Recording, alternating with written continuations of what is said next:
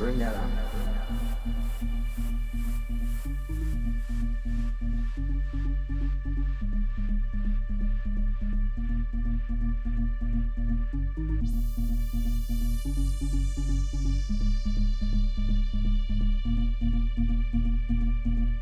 Bring that on. Bring that on.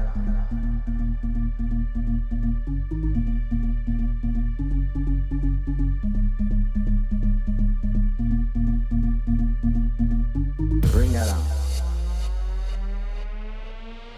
Bring that on.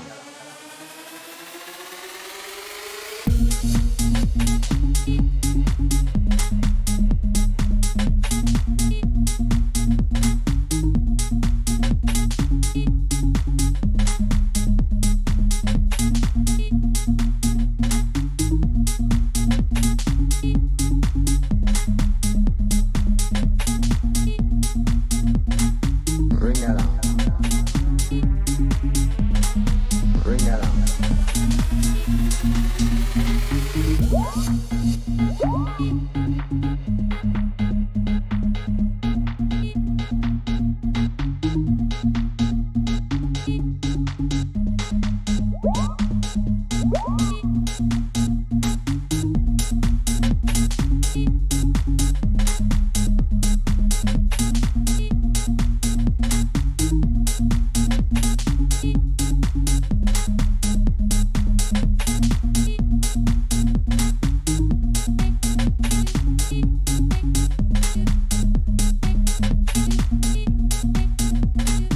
Bring that on.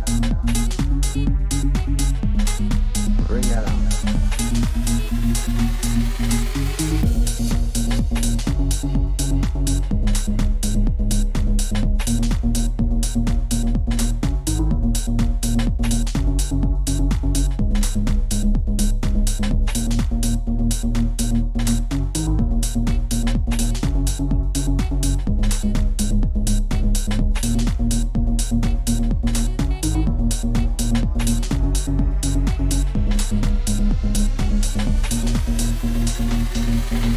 Bring that on.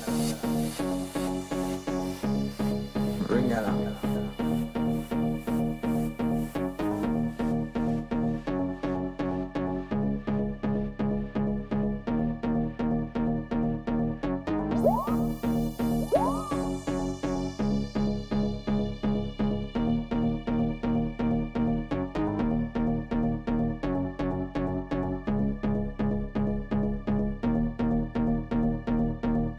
Bring that on.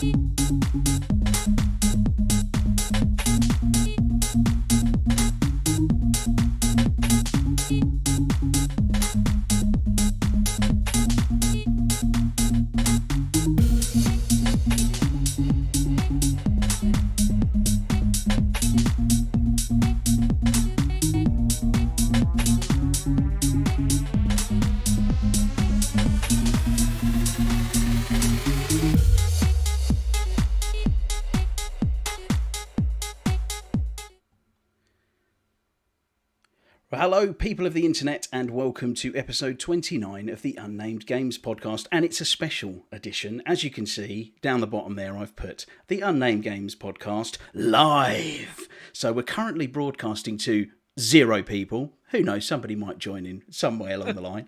But equally, it's already uploaded up to YouTube then, so maybe it'll just make things a little bit easier in the long run. So I'm Craig, your usual host, and this week we're going to be talking a bit about the IDXBOX showcase, which has been pretty exciting. Lots of stuff announced there, and some bits around some different movies. But I'm going to introduce you to the panel. So we have, next to me, Mr. Ratley Ratster. How are you, mate? Yeah, I'm not bad, man. Thank you. Good stuff. Good life is good. Nice, mate. Nice. Awesome stuff. And then we have Mr. Alan Longfangs Howlett. How are you, sir? I'm not bad, thanks, Sea Dog. I'm coming at you live from Peterborough Massive. Lovely. Nice. And then, certainly not last, but certainly not least, is Mr. Phil, Mr. Speed Freak Phil. How are you, mate? Just following up on Alan's there. Big up to the Berry Massive. Nice. Nothing massive in Berry Steadman's, but I'll say he's certainly not last after he's been whooping us in the last few quizzes. quizzes. Massive. There is that. Yeah, there is that. You've been doing, for all your whinging about, struggling on the quizzes, you are smashing it, mate, and you are out ahead after last week. I'm just worried that if I stop complaining, I'll start losing. So just keep that momentum going. I'm going to keep the momentum going of complaining. Yeah. Even when he's winning, he's not happy. Even when he's winning, he's losing. I was going to say something horrible then, but I'm not. So anyway, moving on. No, no, not that horrible. I'll save that till afterwards. Into the usual first sector, and we'll find out what everyone's been up to. So I'm going to go at random. I'm going to mix it all up. I'm going to go, Alan, what have you been up to this week, my man? Oh my God, you caught me out. I wasn't ready. It's too soon, man. The usual. I walked 24 miles this week. Nice. Which, was pretty good. Yeah. Still got tomorrow to go from the weekly tally. How not on one. Not on. I'm actually exceeding the Borg assimilation scale, actually, to be fair. So I'm doing quite well. Quite pleased with that. But other than basically working very hard to not die, gaming and TV wise, I've been playing the usual Terraria, which is very nice. Incidentally, that's the same Terraria which had a rather successful release on Google Stadia last week, I believe March the 18th. Yeah, bit tentative whether that was going to come out or not for a while, wasn't it? Well, I can't remember the name of the actual lead developer, the owner at the moment, but he got a bit squiffy, didn't he? Because Google messed up his account. But it was all right in the end. They sorted him out, and he calmed down, and it was released successfully. And I'm a little bit jealous, to be honest, because they've got the 1.4 version, and we're still waiting for the 1.4 update on the consoles. So I haven't even got that. So a bit jelly actually. So. But hopefully that'll be coming soon. It's supposed to be the latest update, or supposed to be the last update, called Journey's End, I believe, on Terraria. So that's cool. Maybe it'll be a Terraria 2 afterwards then, if it's the last update. Well, you never know. That'd be nice. And other thing I've been playing, of course, is ESO with you, my good sir, which we've been actually doing some stuff that we probably should have done before we reached level 22, which was finding out how to craft stuff and cook food, and actually the basic mechanics of the freaking game. We just started the game, didn't we? Again, let's go and hit stuff. Yeah. And then immediately went running off with our 2 orc characters and started hitting things and haven't learned how to do anything else. Yeah. I think I made like a level 2 glyph or something. I was like, oh, well, I can make glyphs. Completely useless because it's 20 levels below what I need it to be. But So what you're saying is you proceeded with the gameplay mechanic like most men build flat pack furniture. You didn't look at the manual. You just went, I can do this. Let's go. Yeah. We were just really kind of like driving through the spirit of the Orc Brothers, weren't we? Oh, Grognog, go hit. Hit stuff. Oomies. But so that's the gaming side of things. On the TV side of things, I said last week that I was watching WandaVision and I wasn't that impressed. I've now completed WandaVision, and my take on it is completely turned around. absolutely freaking awesome. But as a whole, I would definitely recommend that you don't perhaps watch the first 2 episodes on their own. Watch like the first 2 to 4 episodes in one go, because it's about the third or fourth. I think it's the 4th episode when it actually goes out of the perspective of, without giving too much away, out of Wanda herself, and you start to get some of the background behind what's going on, and that's when it starts to get really interesting. So the first 1 and 2 episodes, when you actually look back at them, when you're on perhaps episode, I think it's 9 episodes in total. So when you're looking back at like episode 6, 7, and 8, you think, oh yeah, now they make complete sense, and I kind of get the context. But when you're watching at the beginning, they're so different that it's really you kind of watch. I was watching it going, what the hell is this? Yeah. And I did not enjoy them at all. But in hindsight, I did, and absolutely loved the entire experience. Brilliant. I've also been watching a series that I'm rewatching, Dirk Gently's Holistic Detective Agency. I don't know whether you've watched that. I watched that when it came out. This is This is the American remake, though. This is the American remake from a little few years ago. It's actually got Elijah Wood in it, not the BBC one made about 10, 12 years ago. So obviously it's based on the Douglas Adams books. But I've not watched the original BBC version, the English one. Apparently it's got a bit of a cult following, but this American series only lasted 2 seasons. But I love them. They're so quirky and so different. Really, it's Douglas Adams, typical, sort of like off the wall stuff. Absolutely genius. So I'm nearly finished the second series now. And then the last couple of days, I've binged watched Formula One. Drive to Survive, which is the 3rd season, which is on Netflix. And it's basically a way of looking at it is it's like a summary of the Formula One season from the previous year, but it's done in such a way that each episode kind of focuses on maybe a team or a specific driver, while still sort of slowly moving through the year. And it kind of almost gives you like the drama, the backroom drama, and what's going on, and actually follows like one of the drivers. You perhaps don't get all of that context if you watch just the races. And it really does show you see very little of the races, to be honest. It's got you see like the key moments sometimes, and victories and podiums and stuff like that. And I don't, as you said to me the other day, Craig, I'm not normally into most motorsports, but I've always had a fondness for Formula One, and I think it's because my parents used to watch it, and I've always wanted to sort of like watch it whenever I could. It's not always been on a streaming service on Sky for many years, and I didn't have access. So but that's why I really love Formula One Drive to Survive. It's like watching a summary of the season without actually having to sit through a 70-lap race where nobody overtakes. Like a parade. Yeah, exactly. So I really been enjoying that.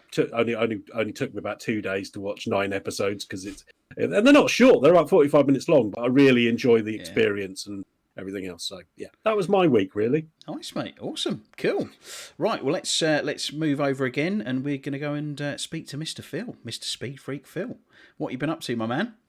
Got a few things to talk about this week, actually. Yeah. So I'm going to start with my TV watching first of all. Buckle in, yeah. So last week I talked to you about these supercar mega builds, which I really enjoyed. And I basically was then going through Disney Plus, and the next thing it recommends was SOS car repairs, I think it was called, with like Tim and Fuzz. And basically they go to people's houses and they repair their clapped out old bangers that are basically classic cars. And I'll be honest, I don't watch every episode because some of the cars I have no interest in, but they had some really good ones, like an old Porsche 911 Turbo that they restored. And these cars go from like junkyard wrecks that just complete write-offs to like absolutely mint, pristine, like show car level. And it's really interesting to see the process they go through, like where they take the cars apart and then they like put them in acid baths or sandblast them and strip them back, and the car just looks like a piece of Swiss cheese by the time they're done with it. And then within about another 10 minutes, they've like welded all steel back into the car and it looks like a proper car again. So I've really been enjoying that. Not every episode has a car I'm interested in, so I'm sort of cherry picking the cars I'm interested in. They did one with the GTR, which I really enjoyed. So on the kind of car theme, I really enjoy watching through that. So always a good watch on Disney Plus. What else have I watched? So I'm going to throw up a controversial opinion here. So Falcon and the Winter Soldier, 2 episodes are now available. Yeah. I've watched them. The action is brilliant, but I feel like I've been misadvertised with it. Oh, really? I'll tell you why. Because the episodes are 45 minutes long, there is not 45 minutes of episode. There's like 25 minutes, and then there's like a 2-minute intro and a 4-minute outro, and at least 7 minutes of credits. So it's like they've set it up to pad it out for like an hour on live TV, but actually it's the same length as WandaVision. No, like it's WandaVision not. is like 25 minutes. It's It not. is. It isn't. Nothing happens. Like there's one really awesome fight scene, and then there's some talking, credits. and then I'm like, it's gonna end, and then there's just credits. The credits on last episode finished at 42 minutes is when the credits started, because I checked. Okay. Well, my perception is I'm being robbed. It feels like there's just too much credits. No, that's true. There was at least 7 minutes of credits because I skipped through them to check there wasn't a scene at the end. Yeah, they were after the 42-minute mark. Mate, I looked at it because the I boy won't said, quote it because I didn't look at the time. Come on, boys. I'm not going to have to stand between you again. We're not going to have Barney.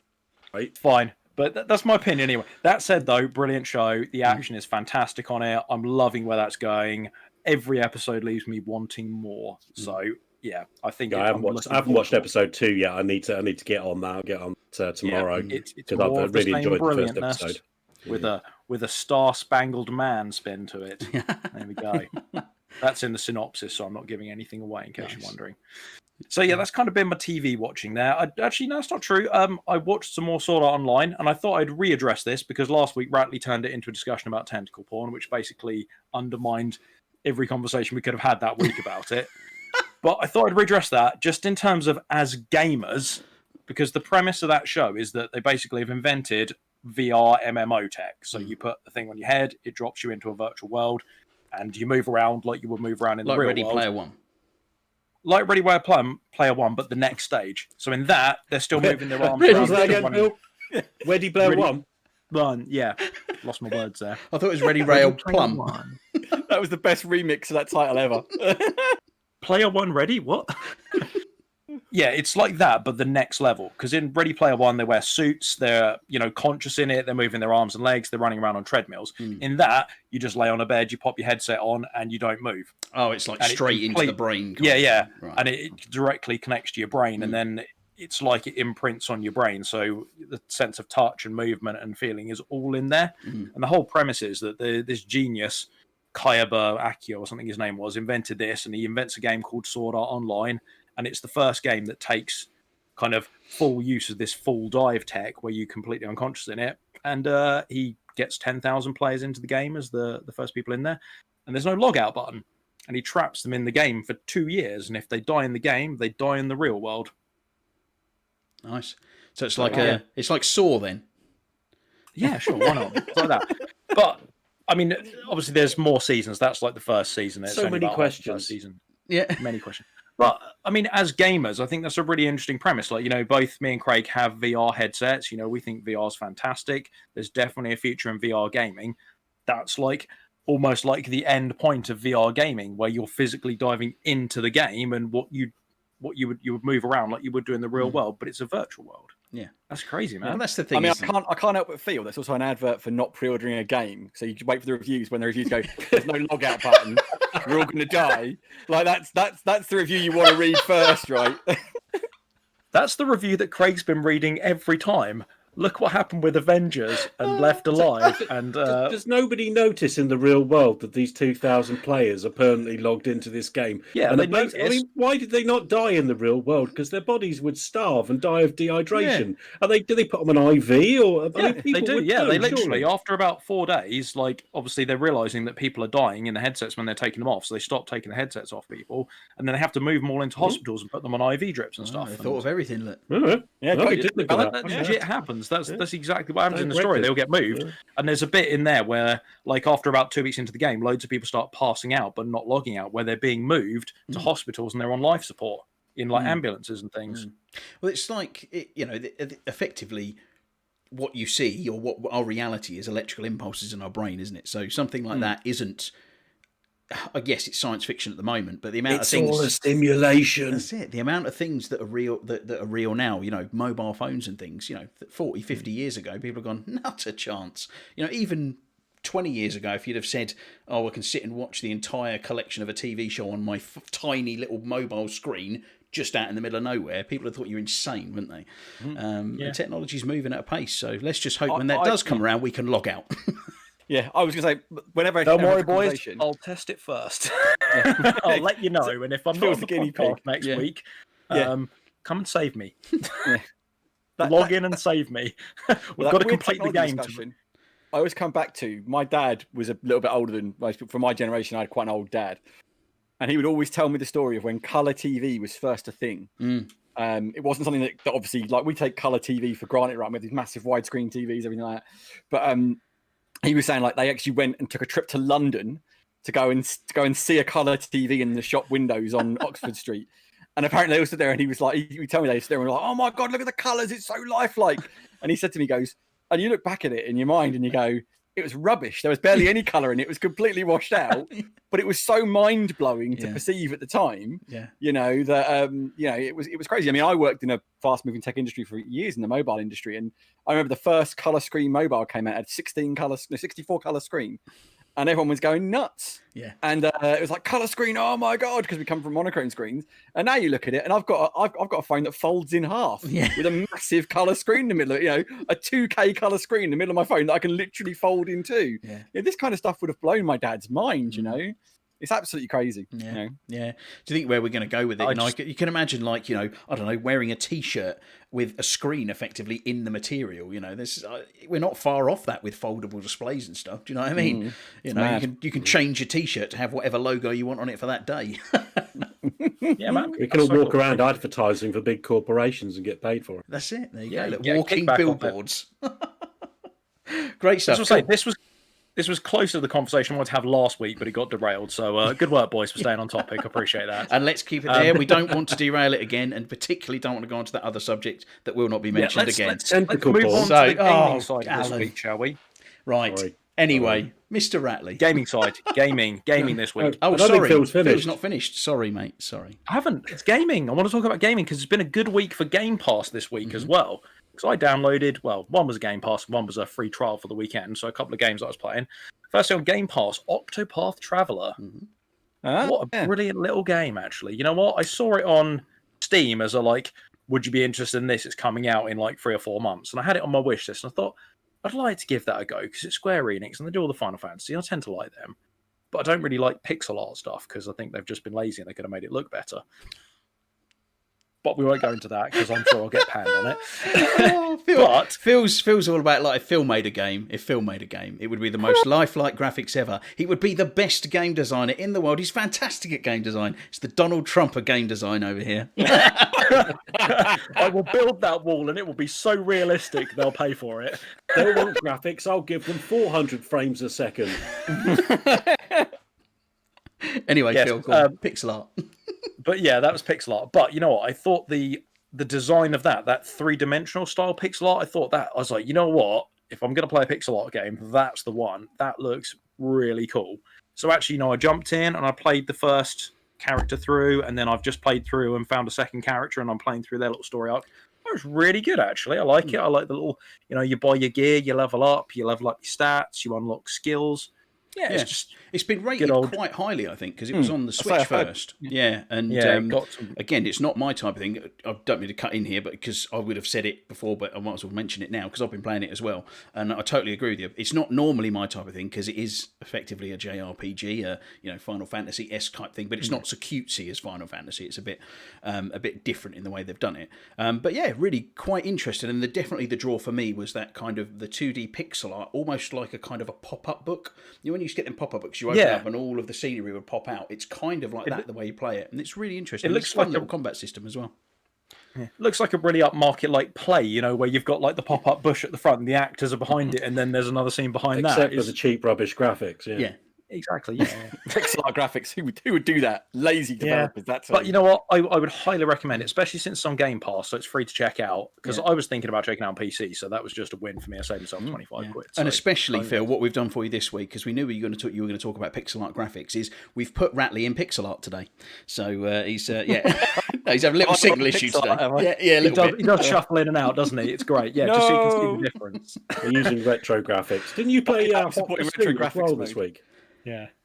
Didn't you play some Need for Speed Hot Pursuit as well this week? Well, that was going to be my last point. I was going to shuffle in quickly. So me and Craig had a couple of evenings where we played Need for Speed Hot Pursuit Remastered. and you can tell it's a 360 game, but we did have quite a lot of fun because unlike every other kind of Need for Speed game where you're outrunning the police, in this one you've got weapons. You can drop spiker strips out of the back of your car to stitch up the police or Craig when he's about to catch me. And you've got EMPs to stun like the other cars to cause them to spin out, or the cops if they're ahead of you. You've got like a little turbo button on there, which feels like you've just gone into warp speed. It's got some really cool little extras in there that I really enjoyed. And me and Craig just rotated around. Well, one played the racer, one played the cop, and then we sort of rotated it back and forward. So we had quite good fun with that. Yeah, it's lots of just Craig's sort of a big wily open, one. big open straight roads, just hammering it down there. And I think it'd be because you can have 4v4. So I think it'd be really good if you could get a whole lobby full of mates playing. 4 racers, 4 cops, or whatever. But it's really really good laugh. You've got to kind of basically just outrun out of a radius from the copper, or the copper's got to smash into you and take all your health out. The copper is slightly faster than the racer, so you can never truly really get away unless the copper smashes into like a intersection or something, which both of us did on multiple occasions. Yeah. Yeah. But that was good fun, so it's some old school fun, I think, almost, and it kind of qualifies for that because the game was something like 2006, 2007, the original. So and it's on free play days for the whole weekend, I believe. So I think it's finishes I think it's free till Monday evening. Yeah, I think it's Monday evening it finishes. Cool. Yeah, I mean it's quite a small download as well, 20 gigs, so you can churn through it quite quickly. But worth a little look, and definitely for the multiplayer.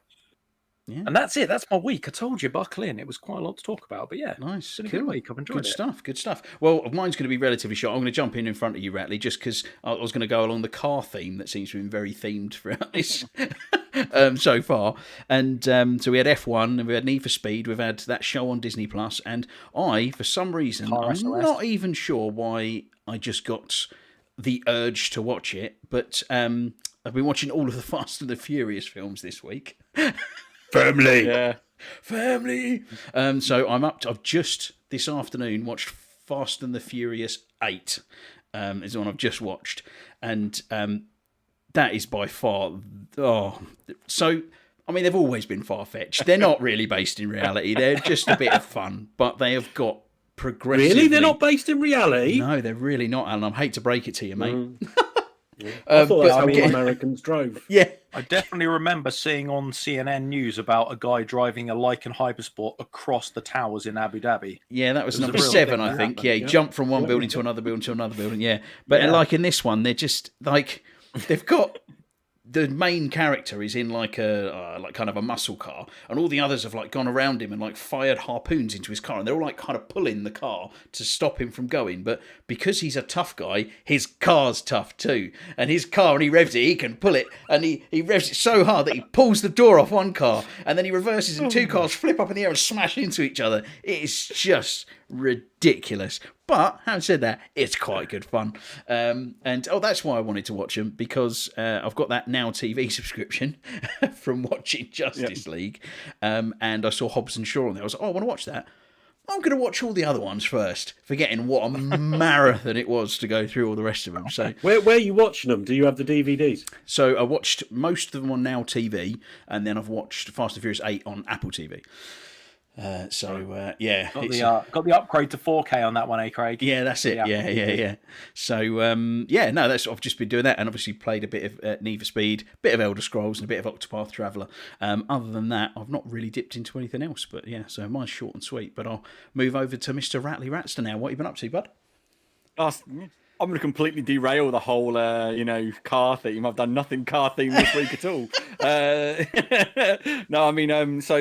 TV-wise, I've just been watching a lot of old familiar stuff, a few movies we're going through again. I haven't watched any terrible movies this week, which is quite nice. Do any of their movies have cars in them? No. Well, some had cars in, but they weren't the focus of the movie, let's put it that way. And I did watch, you could tenuously tie it to cars, about the travelling band of the Truth Seekers on the Amazon Prime. I don't know if you guys have seen that. I watched a bit of it. Yeah. Simon Pegg. Yeah. That seems like a complete take. Oh, we lost Alan. We've lost Alan. Carry on, Ratley. It seemed like something. I'm sure he'll tell us in a second. I thought we'd agreed we wouldn't censor Alan if he was about to say something rude. Yeah. You meanies. No, I was just going to say that there's something called it's not, I don't know what it's called, the Truth Seekers, but it's in Supernatural. and it's basically a couple of really, really incompetent guys basically go around, and actually, of course, they don't realise that ghosts and that are real. And then Sam and Dean turn up, and they're like, "Yeah, they really are." And these guys are just useful. I can't remember what they were called. They weren't called Truth Seekers, but it's very similar. So I think that might have been snipped straight out of that for this, but I don't know. I think. Yeah, well, these guys. Well, it starts off with Nick Frost's character totally believes they're real, but he's never really had a supernatural encounter. There's a lot more to it. You have to kind of watch down. I won't put any spoilers. I will say this: it starts after maybe one episode. I was a bit like, I'm not sure if this is, it was kind of in that it hasn't, and then, but it was intriguing enough that I wanted to at least give it a little bit more time. But it wasn't like something I was like, I don't know if I'm going to commit to the whole series. By about episode 3, I was like, all right, this is going somewhere, and then it sort of picks up. And it ends really well, I thought. I thought the ending was very cool. See, I'm only about 3 episodes in, you see. Yeah. And I hadn't gone back to it, so it's worth going back, you reckon, then? Oh, I enjoyed it. It's never going to be one of these series that you'll go and tell everyone that is the best thing. You've got to see this. But if you've got some spare time, it's a fun show. Nick Frost is great in it. Simon Pegg plays a supporting role. He's very good in it. I think the way that the story resolves itself is it's got a nice little, unexpected turn or twist here and there. It's not as cut and dried as it seems. There was certainly a moment I went, oh, that was okay. I like that. So yeah, I like it. It was good. I'd recommend a watch. I wouldn't say to everyone, you've got to drop what you're doing now and watch Truth Seekers, because it's not that level of good, but it's a good solid show. It's enjoyable. I like the one in the hotel was good. Yes, yeah. There's there's some spooky moments. Also, if you like spooky stuff, it's good. But it's not like super hardcore horror or horror or spooky or ghost story or anything like that. It's quite fun and tongue in cheek most of the time as well.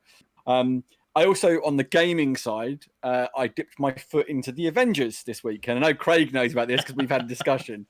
And I'm not far into it at all. I'm not going to lie.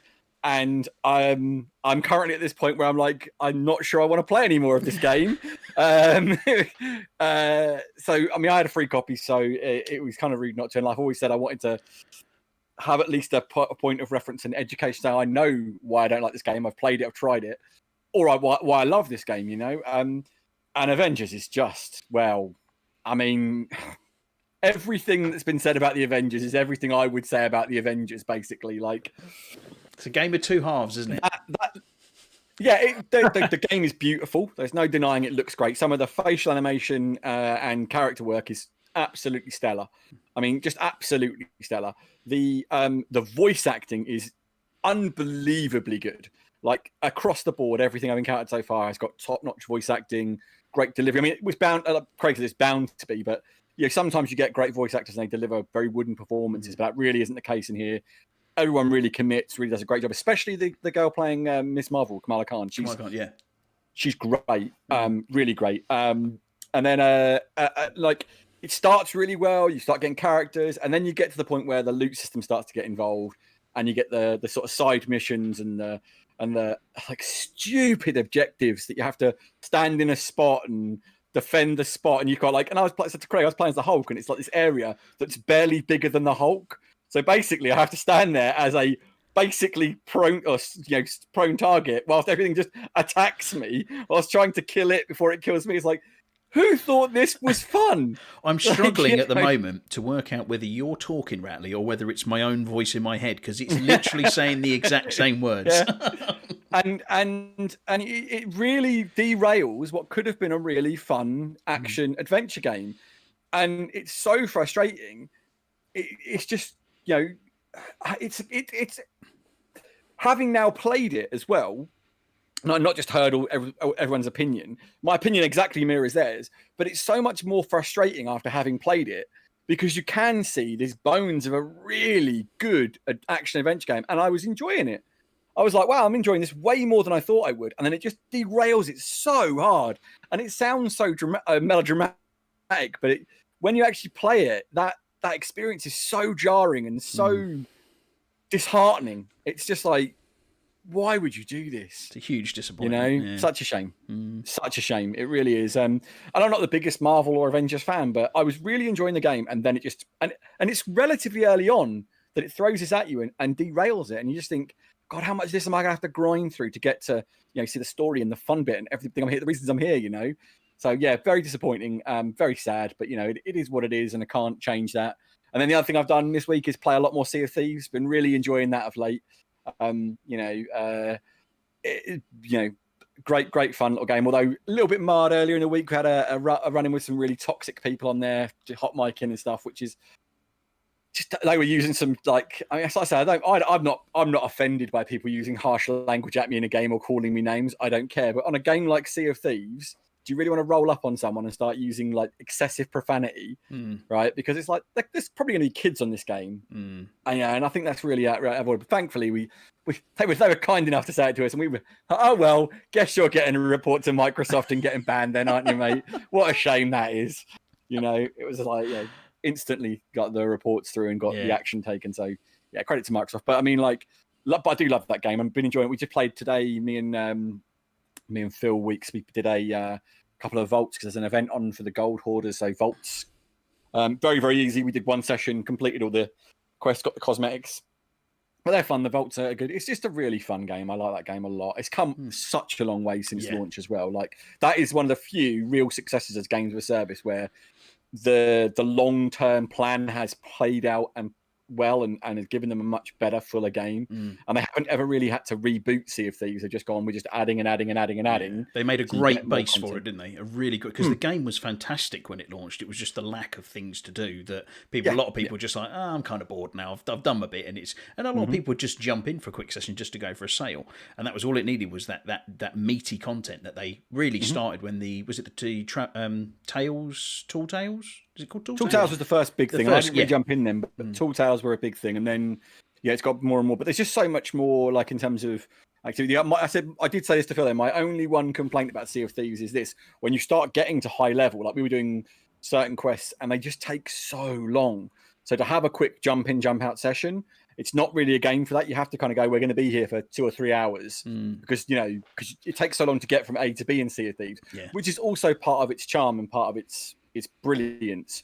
But by the same token, things can get derailed fast with encounters where you're PvPing and stuff. So what should take you 20 minutes can take you 2 hours, and so forth. But it is a really solid game, and I really enjoy it now. So that's been my week basically. Good stuff. Right, I googled it, so I was just going to the Truth Seekers. It's the ghost facers in Supernatural, and it's actually listed as being based on that.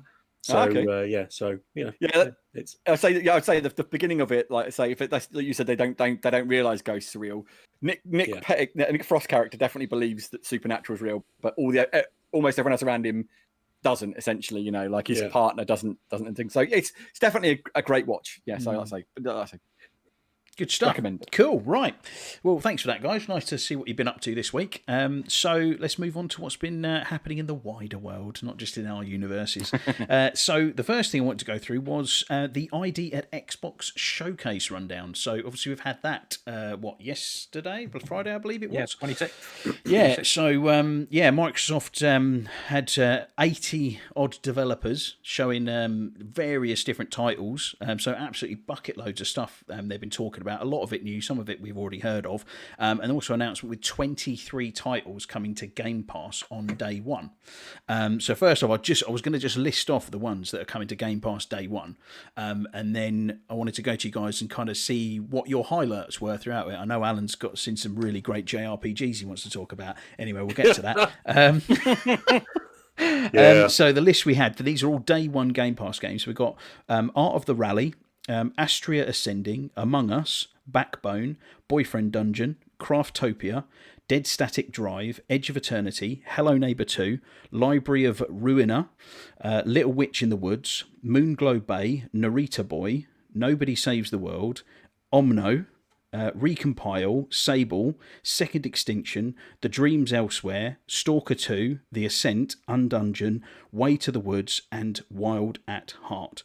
So that's a huge list, and that's all for 2021 of games that are coming day one to Game Pass. And I think personally there's some really interesting looking games in there. But like I say, I want to go to you guys and get a bit of an idea what tickled your fancy. So I think I'll kind of reverse the order. I'm going to go straight back to Ratley, and anything that's really tickled your fancy on that list. I know one that's definitely tickled your fancy. Yeah. You know exactly the first one I'm going to go to, which is the one that's been ever since the first reveal of it. I've been like, I want to play that. That looks great, which is the Ascent. I think that looks fantastic. And I'm pretty sure all of us in here are excited for the Ascent. Is it only 3-player though? Because I was looking. Four. Because when they were showing the pictures for it, it's got like 3 characters, and I'm thinking, oh no, don't be 3-player. 4-player. Really, so that's good. That's good. Yeah, we need to have a run through that as a team at some point, boys. But yeah, I really like the Ascent, like in terms of the aesthetic, everything like that. And they were talking about like in a very cyberpunky way because it's got that cyberpunk aesthetic. And I was like, yeah, I think like they were drawing some comparisons. I'm like, yep, absolutely. Everything about this is just ticking boxes for me. I'm just really excited to play it. I have been since the announcement. The new trailer did wonders for me. Yeah. There are a couple of others that I really thought looked cool as well. Like I really thought Art of the Rally looked interesting. Not big into driving games, but I thought that was like unique enough that I love the art style in it as well. Although Phil will probably say it's lazy and rubbish, even though it's not pixel art. It's not photorealistic. That didn't even look like that. What that Ford Rally 2000 and the Quattro, the Audi Quattro in there. I mean, I had to guess. I had to use my car knowledge to figure it out. I'm kidding. There are some times when that art style works, and I would consider that kind of cell shaded more than pixel art. Yeah, I'm messing, mate. I was messing. It's just not photorealistic. I did think it looked interesting though. That looks like a good party game to me. I like the look of that. It looked like just a really chill racing game as well. Like I think with racing games, I definitely err on the more fun side. Like I miss Project Gotham. Project Gotham was always my favorite racer. But yeah, other ones that I really like the look of. Hello Neighbor 2 interests me. I dabbled in Hello Neighbor. It never really grabbed me, but it's certainly an interesting concept. Nobody Saves the World, I thought looked fantastic. Great pedigree of that studio. Guacamole was very, very good. So very excited to give that a go. That certainly seemed like a thing I'd get behind. Stalker 2, I'm kind of like intrigued, but I'm not sure I'm necessarily sold on yet. And then the other one I really like the look of, obviously, and I'm looking forward to playing, is Among Us. Because we all know how good Among Us is. So I'm looking forward to more of that. Like more accessible for most of my friends list. But definitely the Ascent is the highlight for me. That's one I've been looking forward to. That was actually one of my Xbox Series X highlights. And I think both me and you, when we did our most anticipated titles of next year, I chose not to mention it. I went for Outriders. And the other option I had was the Ascent, Craig. And I know that you said the Ascent was your most anticipated. And I was like, it was my other choice. Yeah. So I'm super pumped for the Ascent. Great that it's going to be on Game Pass, I mean, there's so much value here, isn't there? One other I realized, Moonglow Bay. I remember I wasn't like the first half of their presentation, their thing, I was like, this really doesn't seem like my cup of tea. And then they dropped a little tidbit about the story in there, and I went, "Oh, well on. I'm interested. Yeah, right. That's quite nice. I'm still not sure it's fully my game, but the story had a nice little sort of thing in there. I went, I could maybe explore that a bit. And I like the pixel art graphic style. I thought that was very good. And there was one other, but I don't think it's on here.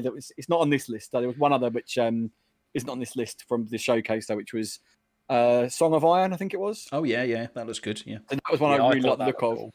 Yeah, that's an ex-Epic developer, I think, if memory serves. He went solo to make his game because that's one guy making that, which is crazy. But yeah, I mean, that was my highlights, but definitely the Ascent, Moonglow Bay, and Nobody Saves the World was probably a definite highlight for me. Definitely, the one I think very unaware of. Which I thought looked really cool. Yeah, and there was another one with the crow, which looked fun, but I can't remember what. Oh yeah, the crow who's got a sword. Yeah, that looked really mad. That was that was Backbone, wasn't it? No, that's that was a different one. No, Death something. Yeah. Oh, I can't remember what it was called. It was Death something. Yeah, but it looked like it could be quite fun. But it might have been that. Was that Death House? Maybe. Yeah, it might have been. I can't remember. But yeah, the crow one, whichever one that was, looked like it could be kind of fun. To be fair, there was so much in here that it was kind of getting battered with content after a while. I was just like, right, which one am I going to? Yeah, you get a bit buried under it. Very impressive showing. For Xbox haven't got any games though, mate. So obviously, but I mean, I have to say that it was a really great showcase for indie titles as well. Like, Oh, that Mecha Assault one, or whether there was an Exo Mecha. That was cool. Yeah. Fun. Just look like, I won't say. yeah, I won't go too far into, but Yeah, that's like my number one. But yeah, we'll go to you in a second. I don't want to go too far into because I figured Phil will probably have a bit of a moment about that one. But that kicked off the whole thing, didn't it? And I have to say, like, it just got me thinking. Like at that point, I was like, geez, do you remember when indie games were just literally like these real basic side-scrolling platform games, or what have you? They felt like 2 generations ago was the quality. And whilst that Exo Mecha kicked off, I was like, these have come on a long way, haven't they? Indie games, like the stuff that indie studios can make. Bright Memory as well. Do you remember the demo of Bright Memory? Yeah, when they were demoing that, I was like, that's one guy. Yeah. I'll tell you one thing though. Another game that I noticed on that list that I wrote down just out of curiosity. Did you guys watch the one for Void Train? Yeah. Yes. Yep. That game looks insane. That's the complete opposite end of the scale, where what you've realized is technology is now so easy to make a game. I don't want to degrade like the value there, but people are just making stuff that is absolutely bonkers. I mean, that went from what I thought was a game where you were building a train, as like you were just designing this train, and all of a sudden it's then going through a portal to a different world, and then the guy's got a 6-shooting revolver, and it's the Wild West.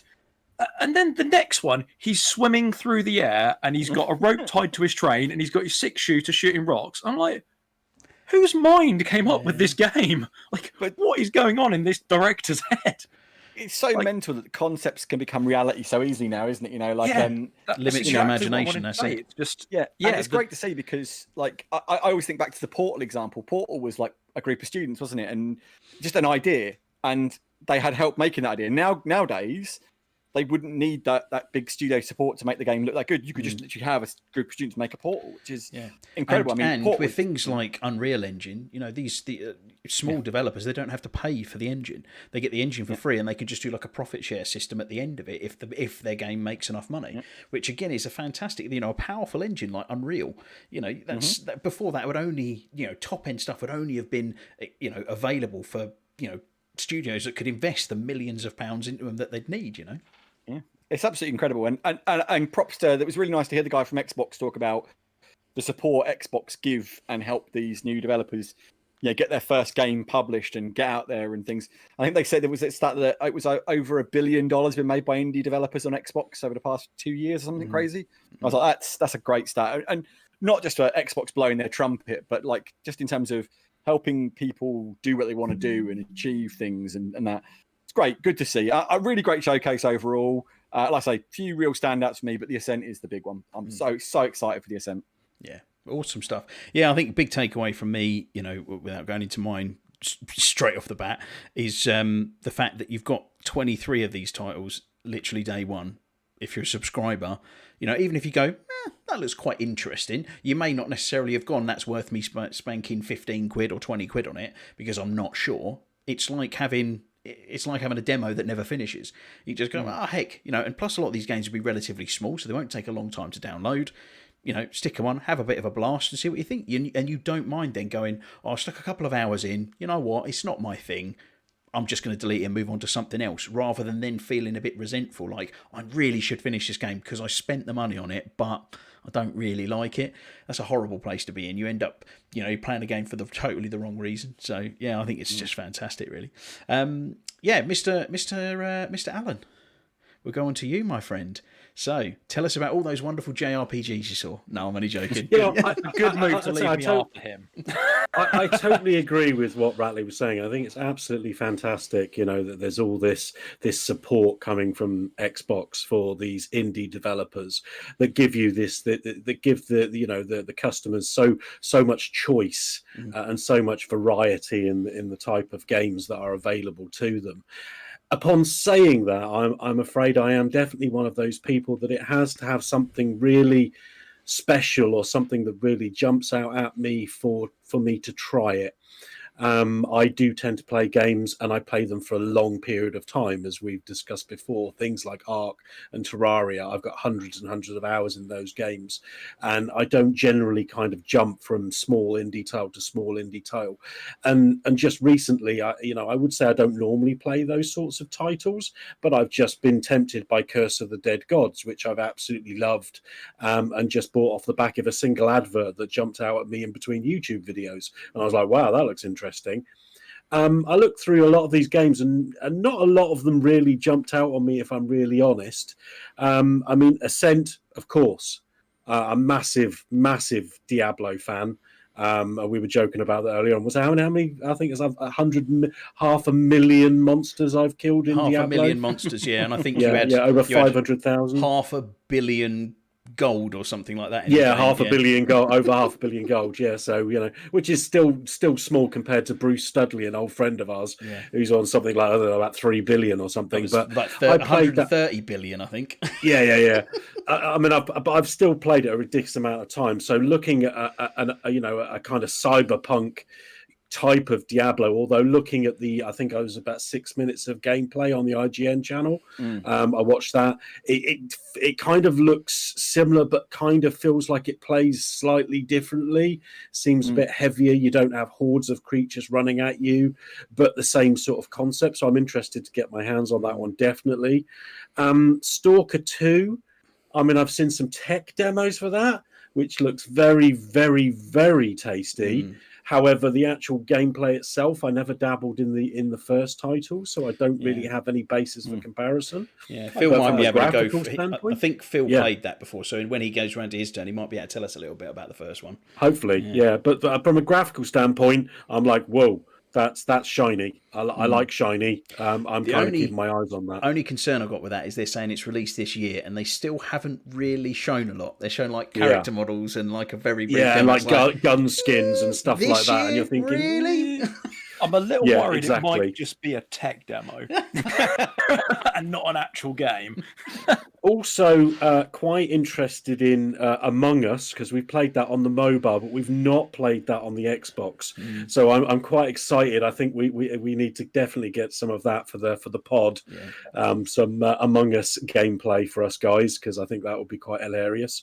I watch a channel called Neebs Gaming, and they do a lot, but they animate all the meetings, which is very hilarious and absolutely fantastic. But it's a great fun game. So I'm very excited to see that. There were a couple that weren't on the top of that, on that top like 25 list, which I'd just like to mention. So there's this the Rust console edition. So I want to mention this because a few years ago I did have a PC, and I played Rust. And it's a wonder that I'm still here, that I didn't top myself, because that is the most annoying, most horrific survival game I've ever played. To give you some synopsis I'm just going to pause you just for a second there, because we've got a viewer jumped into the room, so I just wanted to say hello to whoever you are, and feel free to pop something in the chat if you want to. So hello, viewer. Hello. Hello. Anyway, carry on. But yeah, I was talking about Rust. So to give you a small synopsis of how my play experience of Rust essentially went: spawn, walk about, get killed. Spawn, get killed. Spawn, get killed. Spawn, walk around, find something else other than a rock, think you're onto something, get killed. Spawn, build a small structure, bloke from far with a sniper rifle, you're dead, you get killed. You finally, after 3 weeks of playing religiously and dying hundreds and hundreds and hundreds of times, finally manage to get to a level where you think you can build a structure where you can protect yourself, bearing in mind it's still running while you're offline. And every single time you've logged in, every day for the past 3 weeks, the only sight you've seen upon logging in isn't the confines of your nice house you built, but is a view of the sea as you wake up on the beach because you've been killed again. And after 3 weeks, you finally built a structure that's got a lock on the door. It's made out of metal. You're fairly sure it's secure. You log on the next day, and the first thing you see is the goddamn beach. And at that point, I turned that game off, and I said, I'm never, ever going to play Rust again. This is not good for my sanity. This game hates me. I think if you play with a group of people, you get a slightly better experience. But as a single player, I have to say, I've played on Ark PvP, and that scarred me a little, but nothing compared to Rust. It's a troll's has paradise, scarred me isn't it? as a gamer. So It basically, you really just is got a troll's paradise. beaten, robbed, and killed every day for 3 weeks. Yeah, you basically, paid until I for the just privilege. couldn't do. And you I pay just for the couldn't privilege. Yeah. It's like turning on a game and having. I mean, don't get me wrong. I know at the time when I was playing it, I didn't really understand about roguelike game. So I suppose you could use that analogy that it's really a roguelike game, except for you don't keep your stats. So you basically just die and start at the beginning every single time you turn it on, and it's just how far you. Oh, look! I've managed to build a house with 4 walls and a ceiling. Oh well, I'll be building that again tomorrow. Yeah, I mean.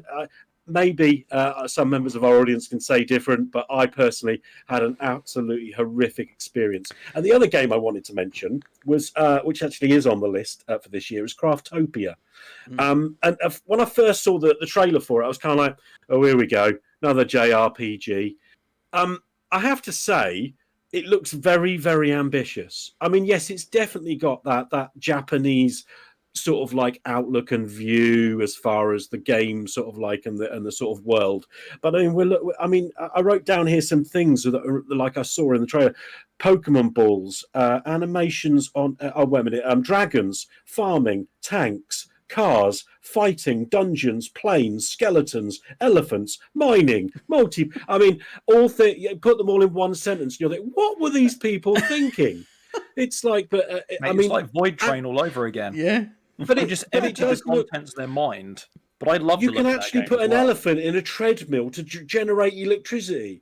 But it's like it looks like they're really thinking big and really thinking outside the box and really trying to add. It is essentially a game that I should like, because it's a survival game, and it's got like, you know, crafting and building stuff, which are the two things that I really like. But I'm not sure whether it's too Japanesey for my taste, and I'm not sure where that's going to take. And the last one I want to talk about is actually Dead Static Drive, which in the words of the protagonist in the game, groovy. Yeah, because that seems to be what they said the most. I think the best description somebody said was that it was basically a survival horror in the theme of State of Decay. But again, it's got some lovely cel-shaded graphics, and it looks really interesting. I think it's in very early days. It's in alpha, isn't it? But and I think they've got quite a ways to go. But it certainly sort of piqued my interest because I'm a big fan of State of Decay. So I thought that was one to definitely watch. Good stuff, mate. Yeah, I think again, a lot of those ones I saw looked really, really good. So yeah, you definitely picked some of mine as there. Mr. Phil, go for it, my man. There's going to be a little bit of overlap, but not too much. But firstly, the game of games, I'm confident the highest grossing game on that list, Lawn Mowing Simulator. Oh yeah, man, I saw that. That looks my God. so cool. On it like a those car of on us it. who either don't own a house or live in town, or it's too small that you can't have a ride-on lawnmower, all of your dreams have come true. It's There were like a truck there were simulator. 3 different varieties as well, weren't there? Oh, but the of lawnmowers detail, to ride. the zoom-in shot of going underneath the mechanism. Oh God, wow. Do you know what, Phil? We were saying about how developers can make anything they want now, and there are some developers you go, you can make anything you want, and you chose to make Lawnmower Simulator. Whoever came up with that, it's the kid that sits at the back of the class picking his nose and not paying attention. They just gave him some money to make a game. Do you know what? The But, first wow, guy I mean, he actually did the stood detail up part. and said, you know what? I really think we should make a train simulation. Yeah, that probably got laughed out of the development studio. A train really? What, you want to drive train or the bus simulator? Farming simulator. So you don't know. but- It could be mowing lawns around town in the lawnmower simulation could be the next big thing. Yeah. Maybe. I Does get sound the quite train good. I thing, quite 'cause, you like know, the there's idea of people it. that have like those Hornby 00 gauge sets and stuff, but I have yet to see a model lawnmower available from Scale Electric or I love mowing the Tonka Toys. How for about that Lego matter. franchise? Because that was the big news. That was the big news. To a big quick segue here. The actual rights for Star Trek and Lego have finally been finalised, and we will start to see Star Trek Lego sets which is something that has never been seen before. Star Wars, of course, loads, but now there's going to be Star Trek. So maybe that's what those developers need to do. Need to get onto Lego, get those Lego lawnmower kits out there. Yeah. That's the way forward, people. Oh, mate, that is. I can see it happening. So I'm just imagining the Scale Lawn Electric 1 million. Yeah. Okay, I'm going to move on from Lawnmower Simulator. It wasn't the top of the list, but I just wanted to chat with you. So obviously, much like yourselves, I was very excited by the Ascent, so I'm not going to talk any more about that. I talked about Void Train because that looks absolutely mental, and I think that just highlights really well, like the scope that you can get to with these indie games now. And I thought that game just looked insane. I don't know if I'll ever play it, but I just love the concept of it. Something I was surprised that you didn't mention, Alan. There was a D&D Dark Alliance in there, which looked kind of like co-op dragon hunting, which I thought looked really cool. It looked. I missed that one, to be fair. It looked quite graphically appealing as well. Like it looked quite high res. The sound of that. Yeah, and it looked kind of like a kind of open world 3D-esque. So yeah, that looked really cool. So I think we'll probably want to check that out. You did mention Song of Iron, that side scroller with the barbarian who at some point gets Thor's hammer and electrocutes people. That looked very cool. Again, like the style of that. Cell shaded, not pixel art, most importantly. So not lazy. Sorry. Let's see, what else did I want to talk about? Stalker 2. So yeah, you guys asked me about Stalker 1. So that, it's a bit like a predecessor to Metro, I would have said. So you walk around, you've got your guns, there's like kind of areas that are irradiated that you have to take your radiation tablets or you can't go near them and you get irradiated and die basically, and you have to find kind of resources and trudge your way through Chernobyl, I believe it was, after it all gone radioactive. Yeah, but it's genuine, again, right? Like It's a genuine way you say it. Chernobyl. Chernobyl. Chernobyl.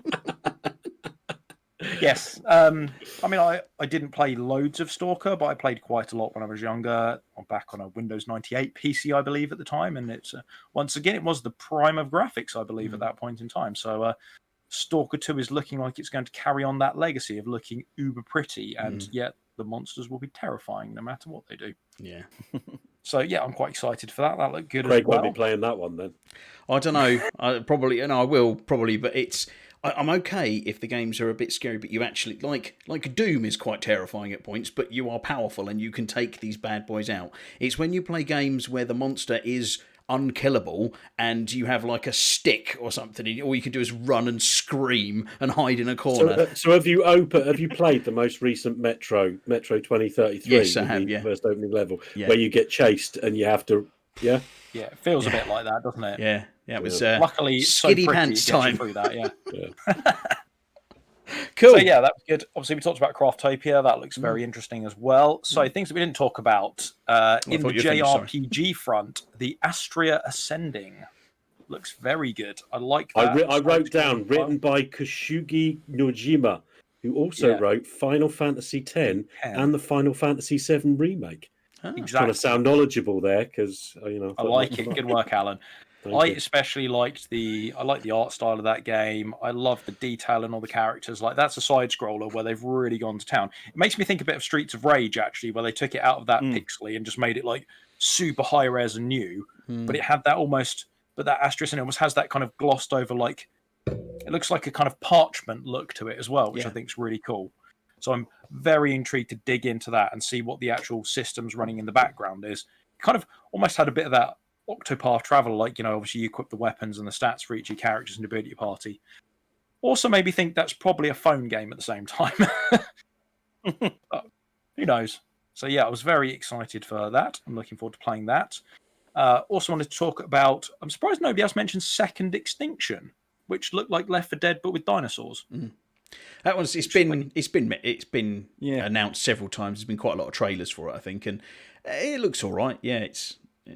Yeah, My worry is it just looks a little formulaic, but instead of zombies, they put dinosaurs in it. Do you know what I mean? It's like, I don't think it looks bad. Don't get me wrong. That's not to say it looks bad. It doesn't excite me in any way right now. I'm in the same. I mean, it could be completely that I'm completely wrong, and it's a really, really fun game, and it's way less formulaic than it currently looks. But just right now, it just leaves me a little bit underwhelmed. Is the best way for that. Meh. Yeah, I kind of get what you're saying. It looked that That's way, the but I right was quite noise. surprised that bang, you guys, all enjoyed Left 4 Dead. I thought that one would come up. Fair enough. I've got two more to talk about. So, Last Oasis. Again, another game that looks bizarre. Boats with legs. Made me think of what was that movie where London was a city on wheels and it would eat the Mortal smaller city? Engines. Mortal, yeah, exactly. It made me think just like that, except you're in a wooden boat trying to Stupid crash into film. another wooden boat. It's a very stupid film. Yeah, is a it stupid looks film. like you can make your own boat. Is that right? What they're saying there, or From what I can see, yeah, you make your own boat, you customize it, and it also had that dude in the wingsuit flying through the mountains, which looked really cool as well. So it looked like it had some really good open world scope in there, and I'm sure it'll be in similar kind of veins like I'll tell you what, though. Conan Exiles and. I'll tell you something for free. I bet you that the captain of the Evergreen is wishing his boat had legs right now. yeah,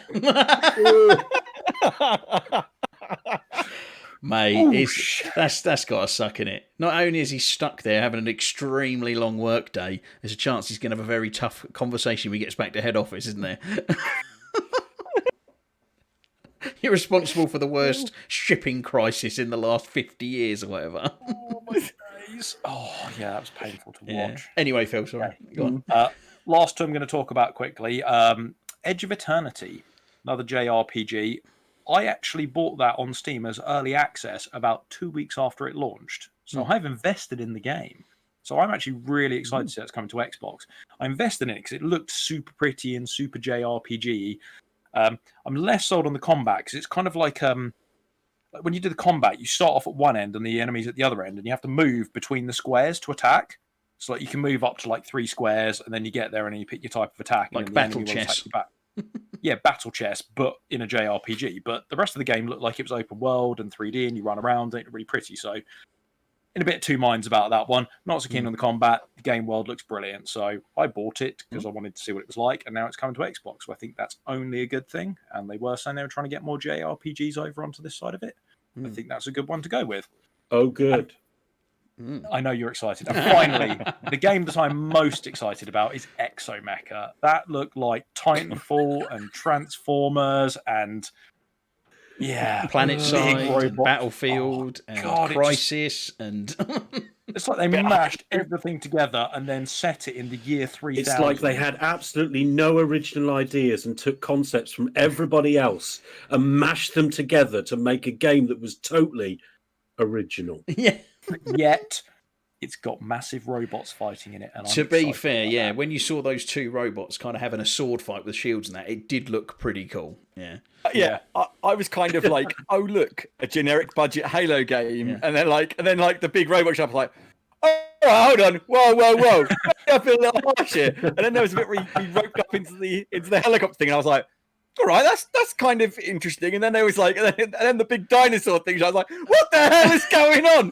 Is there anything not in this game? You know It was mad, wasn't it? I love the way they sort of worked up. You're like a dude and you sneak up and stab the guy in stealth style, and then there's and then there's 3 bad guys, and then the next thing you're in a scorpion on legs with a turret hammering people, and then you're like, ooh, and then you're in a tank, and then you're in a plane or a helicopter, and then there's 2 robots, and then the robot cuts the helicopter out of the air with a massive axe. Like, I want to play it. I don't know if it'll be good. It might be absolutely terrible.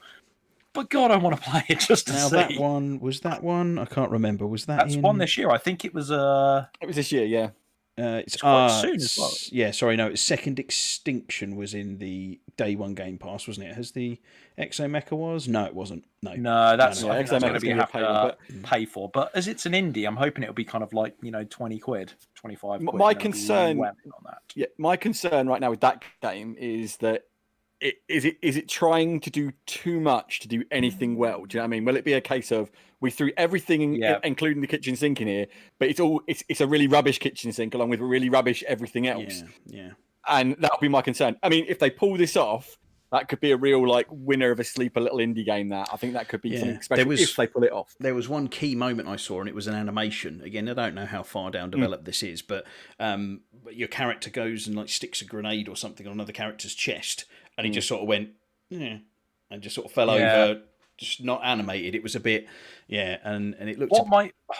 What my kind of thoughts for that Exomecha game is, I think if what I would consider them pulling it off is if it does quite well and a lot of people download it and play it and it gets some good middling to sort of high, like 7 or 8 on a review or something like that, probably a 7 realistically or less. But if it does that, some studios then might inject some money into that franchise to then make the next one to be absolutely bonkers. That's my thought. Well, I love the concept. Maybe it'll be terrible, but you know what? I don't want to jump in here, but I can't help feeling that your understanding of how the games industry might be slightly flawed there. Generally, when a game doesn't sell any copies and isn't that is a bit underwhelming, generally they don't rush ahead with lots of extra money to make a 7 or something, and enough people download it. Maybe they'll invest in the franchise. Who knows? Maybe it'll just be we'll see. Early days. It does scream free to play a little bit to me, to be honest. It does. It does scream like it should be on Game Pass from day one, if I'm honest with you. I'm a little surprised it's not. A lot of stuff comes back later, doesn't it? So yeah. Anyway, that was great. And I didn't even mention the Stellaris Series X 60 frames per second upgrade, which you mentioned to me last night, didn't you, Craig? And my first reaction was, why does that need an upgrade? It's a 4X game, and most of us time I spend sitting in menus, with looking at numbers. The funniest was the reason when we drilled down to it. It was like when he said, "I go, well, I watched a video, and it was all the epic battles when they slowed down." He goes, "I never see any slowdown, but actually, my armies are only ever got about 12 ships in them. That's why, because I'm not very good at it." I'm not great at the game, and I play on a really, really slow speed, so it's my alarm going off to take my meds. So it takes me forever to actually get anywhere. The biggest army I've had is something like 20 ships flying around. So, and then you see this battle, don't you? Actually, that somebody else is playing. They've got like 100 ship fleet going against another 100 ship fleet, and it's going chug, chug, chug. And then you've got the new Series X upgrade, and it's just smooth as butter. And I'm like, oh yeah, that makes sense. It's no good for me, but I can see why other people would like. Yeah. Cool, good stuff. Right, let's move on to the next section then. So, I'm gonna throw this out in front of Mr. Ratley. Actually, I hadn't prepped him for this, but I'm going to get him to talk about it. So, there was a movie trailer, which we've been obviously talking a lot of DC recently, and there's been another DC trailer dropped the other day, hasn't there, Mr. Ratley? Mm-hmm. And I think we've got some stuff to say about it. Suicide Squad, sorry. The Suicide Squad. It's really weird. Like, some of the stuff that is most exciting in that trailer is like something that was tiny little frame and a load of DC that's gone, oh my God, as if you've done that character, which is Starro, the big starfish at the end. Oh, is that He's what actually that is? a known villain from it's called Starro. And everyone just kind of went, what? Like, you chose what? And it's just like this bonkers choice. I'm like, yeah, I could totally see that. Like, it's one of those comic book things that they do, and you go, it could only happen in a comic book because it's so dumb. And then, that sort of 60s sort of comic book-esque where everything had, like, there was a point where Superman could create mini Supermans out of his finger and stuff. Like, it was so the bonkers powers that they come up with, And Starro is a thing, and it was like, that's what? Huh? It's a giant pink starfish. Yeah, the giant star. I mean, didn't they take the mick in that? And I'm sure I heard them scream, "Oh my God, it's a kaiju or something!" Yeah. Like that. It's got kaiju up in was a there, nice Pacific Rim. Yeah. Sort of. I mean, I'm kind of in two minds on the trailer. I don't think it looks bad. I'm just not excited by it at the moment, and I think that there was some awkward humor in there that didn't quite land for me. And some of it was good, and again, like, I'm so happy to see Margot Robbie back as Harley. She just she lights the screen up as that character. It's so hard to imagine a situation where like she comes out as Harley Quinn and I won't be excited to see it because she just kills it as that character. Like that introduction where they were going to go rescue her in the trailer, and she's like, "You were going to rescue me?" And he's like, "Yeah, it was a great plan too." He's like, "I could go back inside and you could come around." I was like, that's a bit condescending. Yeah, she's so good in that role. Like, it just works, and it was good to see like a few of the other team members back. John Cena had a couple of good lines in it. I thought I actually really like him in most of the stuff he's in. That was John Cena in there. I looked at it, I was like, is that John Cena? You talking about the line where he's talking about eating an entire field of dicks, isn't it, or something? Yeah, someone put dicks all over the beach. You go, I'd have no problem with that if it was for I was told, I have no problemo. And it's like, That was a great moment. Yeah, some of it was a little awkward, but like I say, I enjoyed it. I also did really like the way they done King Shark. He was really well done. And yes, that is your hand. And I'll tell you one thing I'm very excited to see more of, and I hope they don't nerf the character, and I hope they keep it as it was in the original Suicide Squad, because she was an absolute highlight of the whole film, is Viola Davis. She killed it in the first one, and I really hope they keep her that really nasty piece of work, because I'm really excited to see more of her character, because she was great. So yeah, I mean, I enjoyed it. I'm excited for it, but tentatively excited for it. I am a little worried about the tone being a little bit all over the shop, but by the same token, you know, you've got to give it its dues and its fair chance. You know, it's easy to worry after the state of the first one, really, because that was hopefully they're going to actually maybe learn their lesson a little bit for what a travesty that was. And now they've got James Gunn on board to do it. You know, he's got a hell of a pedigree with the Guardians of the Galaxy films. It looks very much in the same tone, and they were a huge success. And they were, again, a bunch of characters that, to be honest, unless you were a complete comic book nerd, nobody had heard of any of them, and made them into a massive franchise just off the back of that film, didn't he? Totally. Yeah.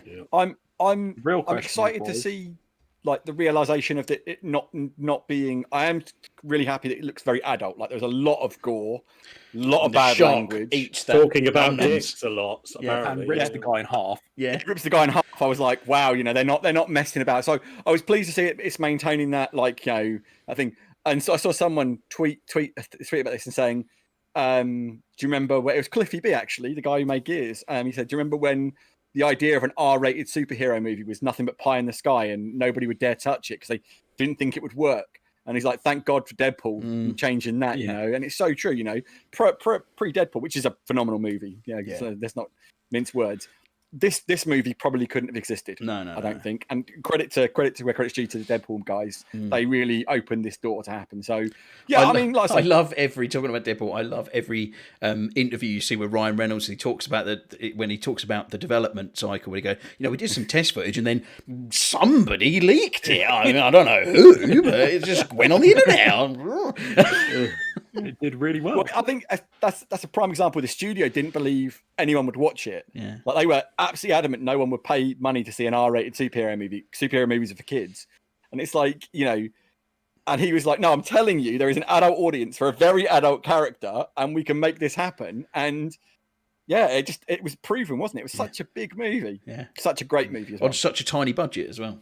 Well, for films anyway. The question. I say, the way they keep ribbing on the budget as well in Deadpool with the whole, it's a really big mansion, but I never see you two in there. Anyway, we get on Deadpool. Go on, Phil. We get on to Deadpool. Go on, Phil. I was just going to say, you know, based on the success of the Justice League redo, does the new Suicide Squad need to be 3 hours plus long to make it successful? Oh, God, no. Please no. 10% slow-mo, right? Yeah. I can't believe that's an actual stat on that. That's an expensive 10% as well, probably. Yeah.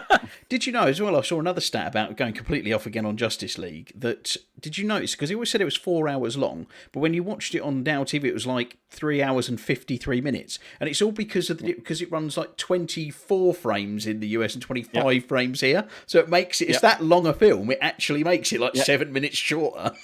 So does that mean like Batman's voice is slightly higher because he's talking a bit quicker? Batman. I'm Batman. What did you think of the trailer then, Alan? You know, I mean, I was actually aggrieved and extremely angry after watching the first film, just because of some of the appalling and abominable. Oh, I think we're losing Alan again. Oh, well. That's a shame. He was going to go to a rant. Yeah. He was so upset. He's so upset he had to turn himself off. Why does it keep happening to me when I'm talking? Oh, mate. You crashed into it. You got anger. Information. But yeah, I was actually aggrieved and angry by some of the appalling writing and some of the decisions that were made in that film. I mean, least of which is, let's make the bad guy somebody who's actually been recruited into the team. And in the middle of all this carnage and all this danger, we'll all stop and sit in a bar and have a chat, because that makes complete sense. Yeah. Sometimes I just wonder how these writers in Hollywood are hired they're absolute idiots and should be fired and never hired again. Any people who worked on that movie and probably many others. So I was absolutely appalled when I heard they were making another one. I was kind of, oh, here we go again. This can't be good, right? And that original trailer came out and it was very short and just kind of showed, you know, about 3 or 4 of the cast sitting on a roof. There were some funny sort of moments, and then the list of names kept coming, and it was one big name after another big name: Idris Elba, Cena, Robbie, and you're thinking, oh my god, this is mental. And it's James Gunn, and now I watch this trailer and I'm excited. Don't get me wrong, I do agree with what Chris is saying about the trailer itself. It didn't hit the mark at all points. There were some down points where the humor just didn't seem to connect. But I'm still excited about this movie because, in the same sense, exactly what you said, when Guardians was being advertised, and I didn't even really know who James Gunn was at that point, and they're showing the trailers, and I'm thinking, what the heck is this movie? This sounds ridiculous. A tree man and a raccoon. It's mad. It's like, I've never heard of any of these characters. What the hell is going? And then you watch it and you're like, oh my god, this is perfection. Yeah. This is a finely crafted, hilarious, entertaining movie. And then he didn't just do it once; he did it twice with the next film as well. And you're like, oh, it's not like a one-trick pony. He can do it again. And then I'm thinking, okay, so the pedigree may not be hot in the sense that Suicide Squad was absolute trash in the first film, but that didn't have James Gunn tied to it. Now it does. And that fills me with extreme confidence in this product, and I'm really excited to watch it. I still miss the trailer for the original film with Margot Robbie breaking into the window, and I'm going to say no more than that because I don't want to be accused of being sexist, but I really enjoyed that trailer. She is a fabulous actress, apart from, you know, the costume is also quite nice as well. Yeah. But, I'm going to go just one little thing. I'm going to go on record here and defend David Ayer a little bit, the guy who made the first Suicide Squad. So we all know the story of Zack Snyder's Justice League. What most people don't know is how badly David Ayer got shafted by the studio on Suicide Squad. So a massive, and I do mean massive, amount of that movie was forced reshoots by Warner Brothers, because after the backlash from Batman v Superman, the critical backlash, where they basically crapped their pants and went, oh my god, we need to lighten everything. Suicide Squad was directly tied to Justice League, and it had Steppenwolf and the Parademons in there. And then all of a sudden, they chopped all of the Parademon Steppenwolf connection so they could untie Justice League from this bigger universe, because they decided that wasn't a very clever idea. Forced him to reshoot the whole thing, like the whole basic second half of the movie almost, changing loads of stuff, gutting the story, gutting a load of character beats and important stuff, changing massive amounts of, like, you know, character building and world building. Ripping and it ended up, took the Joker out. Basically, it just ended up being a complete mess. So, in all fairness to David Ayer and basically everyone who worked on it, that film was going to be a totally different movie until Warner Brothers did the dumb stuff that Warner Brothers seemed to have a habit of doing, going, no, we wanted to do this. It's like, instead of just letting it ride and you know, weathering the storm a little bit, you know, it could have been, yeah. And there's the whole thing after the Snyder thing is now restored the Snyderverse, but everyone's been campaigning for a David Ayer cut of Suicide Squad, knowing how badly the film got butchered by the studio. And even so much that there was an interview with the head of Warner Brothers. She's like, we're not going to be doing the David Ayer cut. So we know it's a thing. We know it's real. It's almost got to that point now where if Warner Brothers have to backtrack on that, they're kind of having to just hold their hands up and go, we got this horribly wrong. And, you know, we've made a lot of bad decisions. I think Warner Brothers just don't want to do that because they're just worried it'll make them look even worse than they already do. Do you know what I mean? I mean, when are we going to stop hearing this same story about studio execs making these decisions and them turning out a film that they seem to think is going to, you know, appeal to an audience, and is completely the opposite? When are they going to start realizing that these people are not the right the people to be making these decisions? They clearly don't have the idea. They don't know what the target audience wants. And that goes back to what we were talking about Deadpool, when they go, oh, no way. I mean, we all knew when Deadpool was coming out, we knew as an audience, we knew there was a massive, most of us have grown up on comics and like TV series that associate with superheroes. And we're all grown up and we're adults and we're all gagging for an adult experience in a superhero movie. We knew. And yet the studio execs are going, oh, no, this isn't going to work. An R-rated movie. It's not going. They clearly do not understand understand their target audience. When are we going to stop hearing this same story over and over again? With the superhero stuff, I think the biggest problem that anything, I mean, Deadpool's a very different thing, but it's been made very difficult due to the success of the MCU to go in a darker direction, because especially when you're considered like, you know, it's Marvel versus DC is the way it's always drawn, and I've always said this: DC is a darker universe than Marvel. Always has been, always will be. It's just that it's a naturally more dark place, you know. And Warner Brothers don't seem to understand their own property in the same way that Disney understand Marvel. Marvel is more lighthearted and certainly more family friendly, so it translates better into that kind of movie. I'm not saying you can't have more lighthearted, DC movies, because there are lighthearted DC characters. Shazam, but look at what Shazam's a great example. But look at what happened with Batman when we had Tim Burton Batman 1 and 2, Batman and Batman Returns. They were loved movies. When they got to 3, the studio went, we need to make it lighter. We want to make it more kid friendly. We want to get more family friendly. And the minute they did that, and they brought Joel Schumacher on board and changed the tone, Batman took a nosedive. I mean, like the Batman and Robin performed so badly, it crashed the franchise for however many years until Nolan came along. And guess what? Treated it like decent, serious material. Because again, it comes back to that point of studio executives view comics for children. They don't read comics or understand comics, and comics deal with very, very adult themes most of the time. You know, they're violent, they're dark, they deal with, like, you know, nasty stuff. You know, if you read a lot of the Joker stories in Batman, the Joker is just a really sick dude. But yet, you know, it gets to that point where you go, why can't you understand that the material you've got is dark, it's gritty, it should be portrayed this way? Why do you have to try and make it fun? It's number crunchers, isn't it? That material. It's number crunchers going, right, okay, we can't. We need to get more bums on seats. It's more money. They see the numbers that the Marvel universe gets in, and they want the same thing, and they completely miss the point.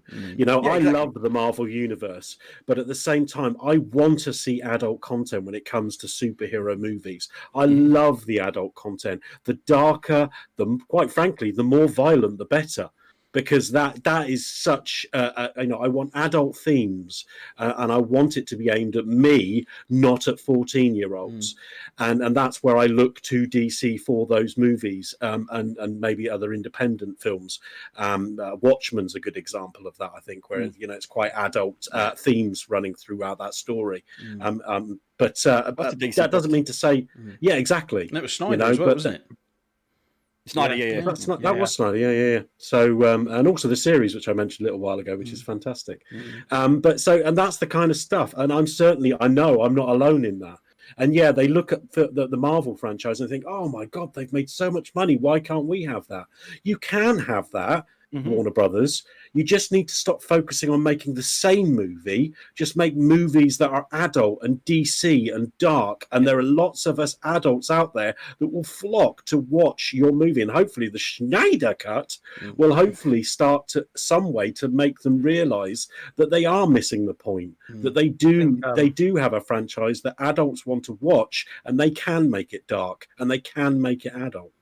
Yeah, I think they just need to understand the IP, the intellectual property they have. DC's dark, keep it dark. If you want an Avengers, use different source material that lends it more to that side of it. You know, play to the strengths of that. I think I would also go on, sorry, Phil. I'd just like to end my comment on this one as a Warner Brothers, the EA of movies. Yeah, that's mate. I mean, totally. This it's almost like two houses for this, because the problem is, I don't think that they're going we want a light-hearted DC universe, and that doesn't work. It isn't that. It's a fact that they start making an adult DC film and then halfway through go, no, backtrack and let's make it a kid-friendly one.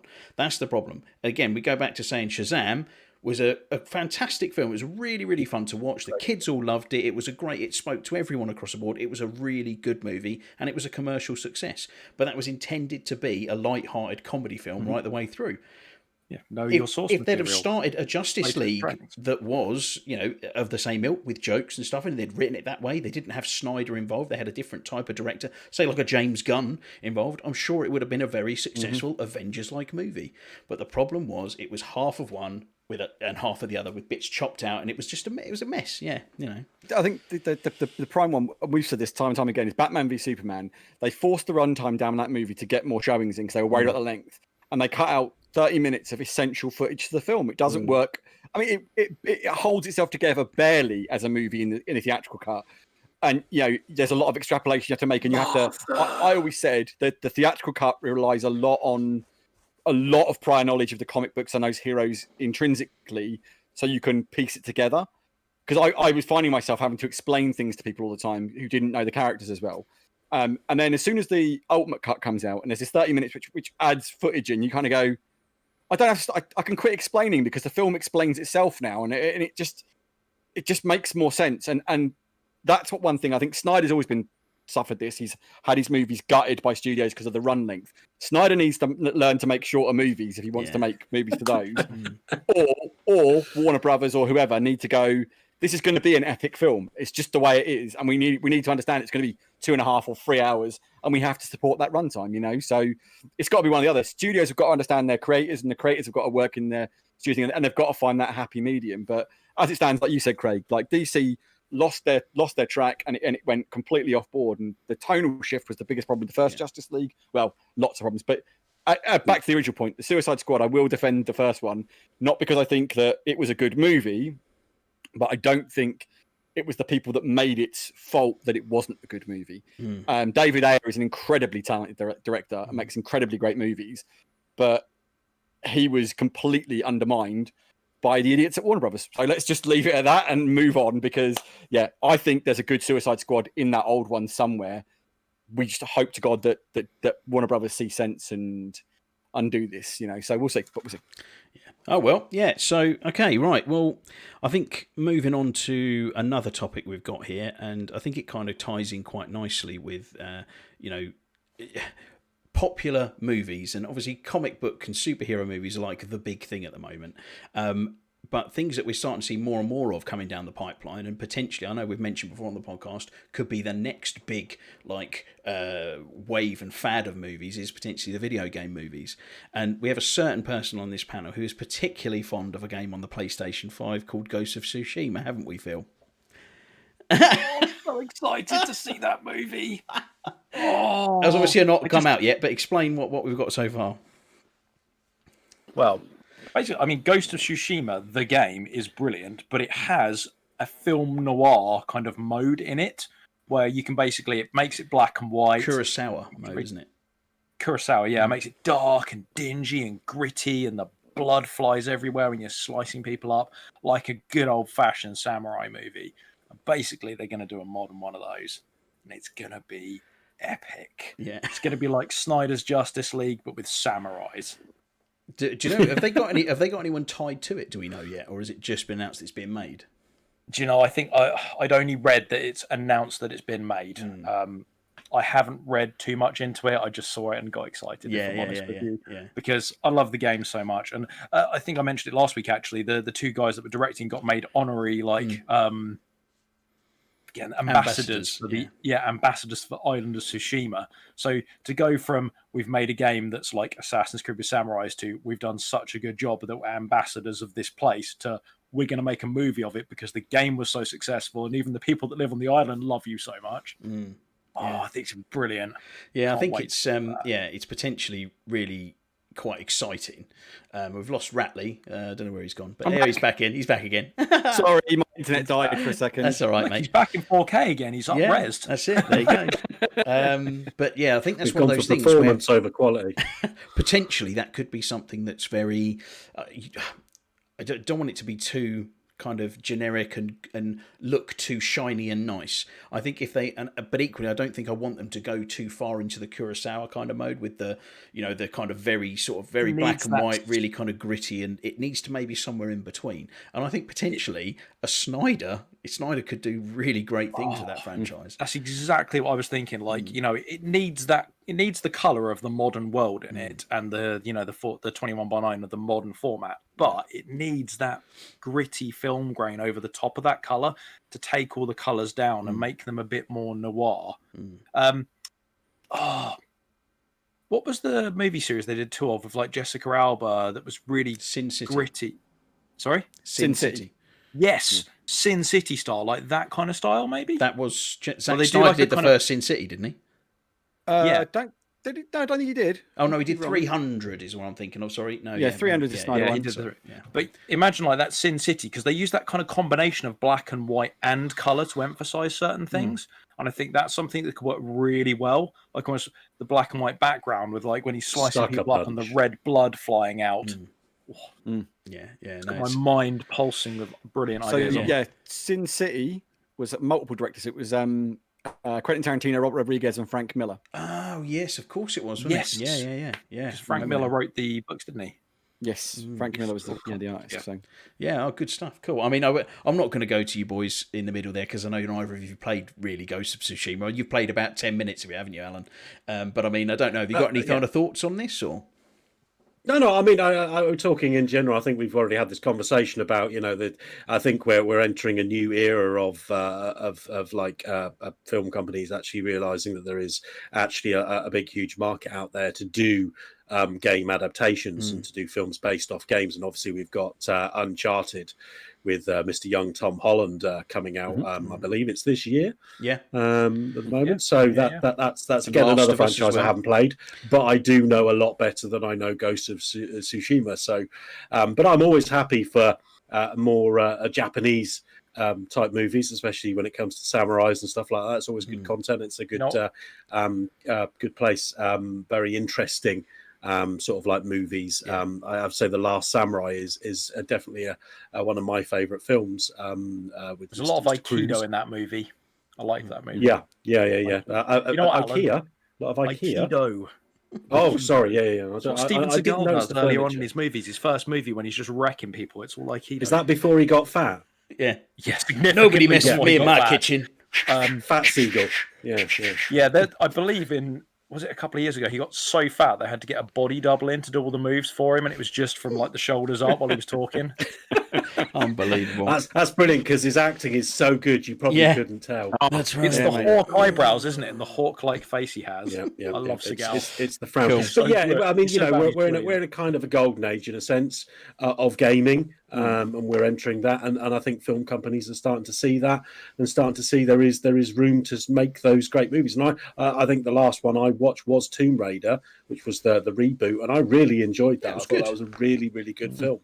And off the back of the recent trilogy of Tomb Raider games, it kind of really fitted in as well. And I'm almost disappointed there hasn't been another one yet. So I think that's a good thing. And It flopped quite hard. Yeah, Shadow did. did it? I it was don't know why. yeah. Shadow was a They different changed developer. they changed the company. It went to was it IDOS? I want to say. No, I don't mean the game. I mean the movie. Sorry, the movie flopped. Oh, the movie. Oh, flopped. the movie flopped hard. Okay, the third The game movie they flopped changed. hard. Who made it as well? Yeah. Such a shame because it is a really good movie. I think, in my opinion. You know the problem with it. I think I think Go it on. followed the original game too closely, and I think if they were going to do a movie, they should have done another more original story. That's my opinion. Well, of it. It was a good movie, and I there is enjoyed that, it. But also I thought that it did, and then the ending was from Tomb Raider 2.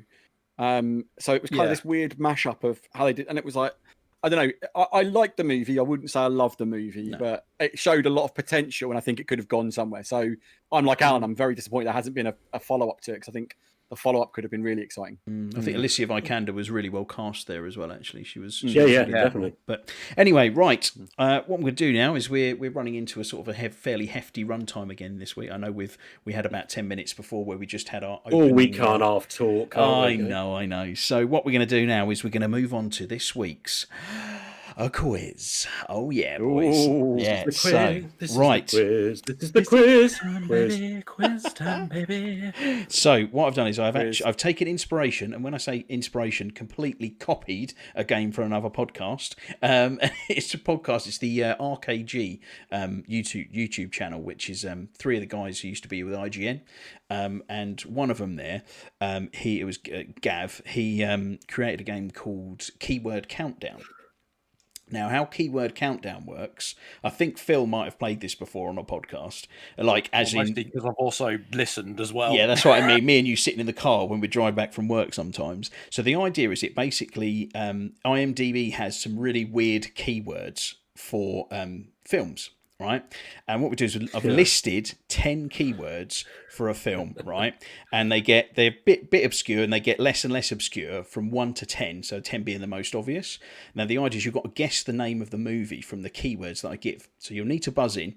Now, let's say if you get it on the 5th one, you get 5 points. Yeah, if you get it on the 10th one, you'll get 1 point. So the sooner you get it, the more points you get, and there's 5 movies in total. Does that sound pretty clear? That's good. Something I need to check first. Mm-hmm. Are any of the 5 movies aliens? Because Rat is getting 10 points if that's the case. Well, I'm not going to tell you. But just give him the 10 points now if it's aliens, and ask us the other 4. Alan's got just as good a chance as well. Mate, I tried playing this on the mentioned podcast, and this game is challenging. Okay, it's good fun. It's good fun. Right, I expect a low-scoring week. It's a good one that people can play at home as well. Right, so movie number 1 and keyword. We did more buzzers. Oh, sorry. Buzzers. Yeah, but that'd help, wouldn't it? Phil threw me off then for a second. What are your buzzers, boys? Ratley, go for your buzzer. I'm gonna go with my man. My man. Oh yeah. Alan, go for a buzzer. Resistance is futile. Nice. Borg, love it. And Mr. Phil, is it going to be a? Yeah, I was thinking, me, please. Yeah. What film's that from? Is that Mallrats? Yeah, we'll go with that. That's just the first thing that came to my mind. Incidentally, Mallrats is not the first film. So, right, keyword number 1. Sequel. My man. Go for it. The Empire Strikes Back. No. Resistance is futile. Alan? Aliens. No. Keyword number 2. Sequel to reboot. You if that was aliens, just so we're clear. Did you hear that one? Sequel to reboot. Number 3. Tragic hero. Disfigurement. Deadpool 2. Daredevil? Oh, Resistance is futile. Deadpool 2. No. What was your one, Phil? Me. The Daredevil? No. Mob boss. Billionaire. Me. Phil? Batman. Dark Knight Returns? No. Dual Resistance identity. is futile. Alan? Batman. No. Star. Me. Man. Dark Knight Rises? No. Chris? The Dark Knight. The Dark Knight. It is the Dark Knight. Damn it! You guys were circling the drain on that one. Gave it away. I did it the last time, but I couldn't get in for these two. Just guessing random Dark Knight add-on. Couldn't remember which order they came in. Oh, so the rest of them we had were Star died before release, then Face Paint, and then Batmobile. So that to is... be honest, I was actually going for the Michael Keaton Batman because you talked about disfigurement, and I thought, that's the Joker. That's old Jack Nicholson. Yeah. So. Okay, cool, good stuff. Right, so that's 4 points for Ratley. So the next one we have 4. 4 points. Yeah, 4 points. Yeah. If you get the first one, it's 10 points. Yeah, it's 10 points. We basically just gave it to him there, Alan. My fault. Right. Keyword number 1. Either. Multiple actors playing same role. Notice board. Resistance is futile. Alan. Is it Bob Dylan? No. Unreliable flashback. My man. Ratley. Fight Club. Nope. Anonymous telephone call. Murder in elevator. Cargo ship. My man. Alan. Ratley. The Usual Suspects. The Usual Suspects. Yes, mate. It is. Yes. Nice. Oh, good work. Another 4 points. So the next one after that was heist, coffee mug, surprise ending, and then limp. So that would have been it. I'll be honest, I wouldn't have even got that. So. Oh, really? You have seen Love The Usual that movie, Suspects, haven't you, Phil? I have, like years ago. Mate. Honestly, I can barely. You mean I you can't don't remember watch the it plot. regularly, Phil? You heathen. It's one of the Jesus, greatest films ever made. That film, it's so good. Yeah. Yeah. A bit like Reservoir so Dogs. good. I remember the general gist of it, but I really need to watch it again. You should go back and watch Really Usual do. Suspects. And, so good, mate. Yeah, right. Okay, next film we have. Keyword number 1. Blood on camera lens.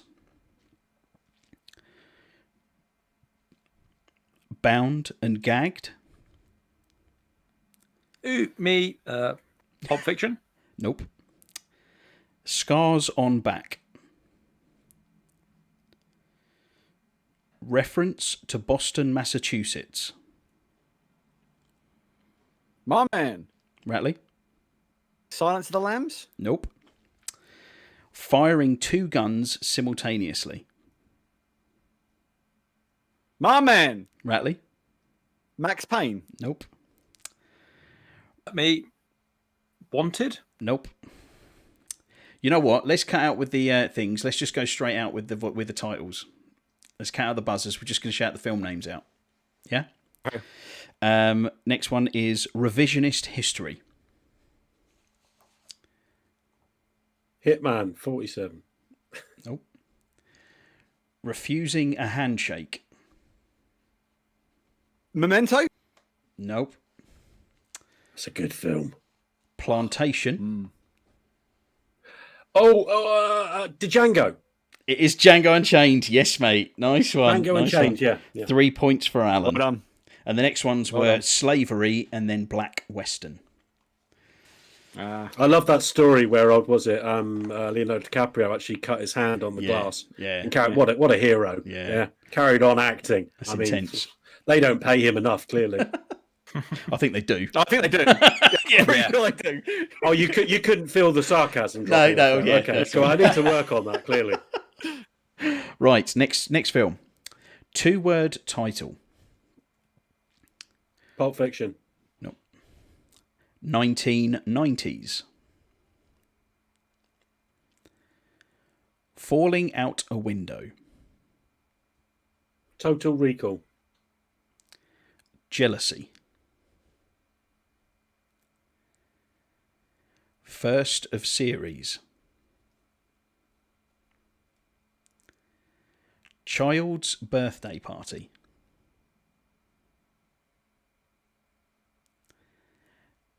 Dinosaur. Jumanji? No. Anthropomorphism. Claw crane. Toy Story. Toy Story, yes it is. And the last one was Cowboy. The claw. Thank you for being a friend. Good stuff. That's cheers. Nice. Right. I know. Next one. 1-word title. Reference to Mary Poppins. Hasidic Jew. Briefcase chained to wrist. Pulp Fiction. Snatch. It is Snatch, mate. Yes. Nice. So from there we had Severed Arm. I watched that recently. To be fair, I had a massive look up there. Yeah. Severed Arm, Dog Chases Rabbit, Desert Eagle, .50, Bare Knuckle Boxing, Diamond, and Heist. They were the rest of the clues on that one. So I picked the wrong I Guy watched that, Ritchie 2 weeks movie ago. to watch. yeah. So we have Phil on nil point on that one, Alan on happen, 3 wasn't it? points, and Ratley on a massive 16 points. He absolutely ran away with that one this week. That is a pretty cool game, that one, isn't it? That's tough. I had a terrible That showing is last tough. week, if you remember. So Yeah. disaster last week, wasn't it? So yeah. You made up for it, mate. You made up for it. Cool stuff. Right. Well, I think that's all about we've got time for this week. A massive run time of probably going to be about an hour and 40 minutes on this one. But hey, why not? We had lots to talk about with the IDXBOX stuff, didn't we? So Too much stuff there. yeah, exactly. So I think that's just time. It's a bye from me. It's a bye from Ratley. It's a bye from Alan. Ciao, ciao, ciao. And it's a bye from Phil. Bye-bye. Tutty boo. See you later. Bye. Bye. See you next week. Bye. Bye.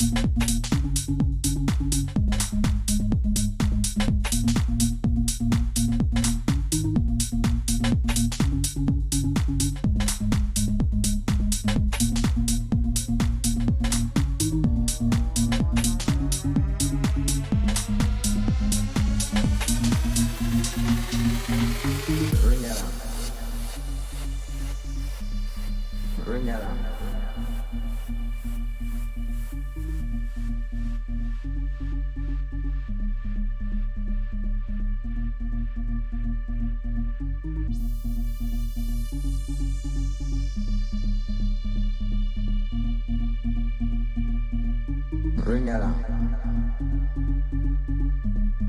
Bring that on.